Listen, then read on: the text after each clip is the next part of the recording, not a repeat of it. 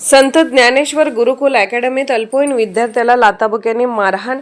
कोल्हापूरच्या सीपीआरमध्ये उपचार सुरू. मेस बदलण्याच्या कारणावरून झालेल्या वादातून 17 वर्षीय विद्यार्थ्याला लाथाबुक्क्यांनी मारहाण केल्याची धक्कादायक घटना विटा येथील रेवणनगर उपनगरातील संत ज्ञानेश्वर गुरुकुल अकॅडमीमध्ये घडल्याची माहिती समोर आली आहे. या प्रकरणी विटा पोलीस ठाण्यात अमोल बाळासाहेब पवार राहणार बलवडी भाळवणी तालुका खानापूर यांच्या विरुद्ध अदखलपात्र गुन्ह्याची नोंद करण्यात आली आहे. मिळालेल्या माहितीनुसार जखमी विद्यार्थी जून 2024 पासून संत ज्ञानेश्वर गुरुकुल अकॅडमीमध्ये भरतीच्या सरावासाठी राहत आहे.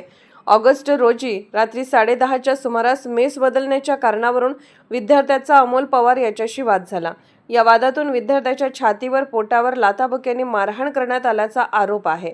मारहाणीत विद्यार्थी जखमी झाल्यानंतर त्याने सोमवारी विटा पोलीस ठाण्यात तक्रार दिली.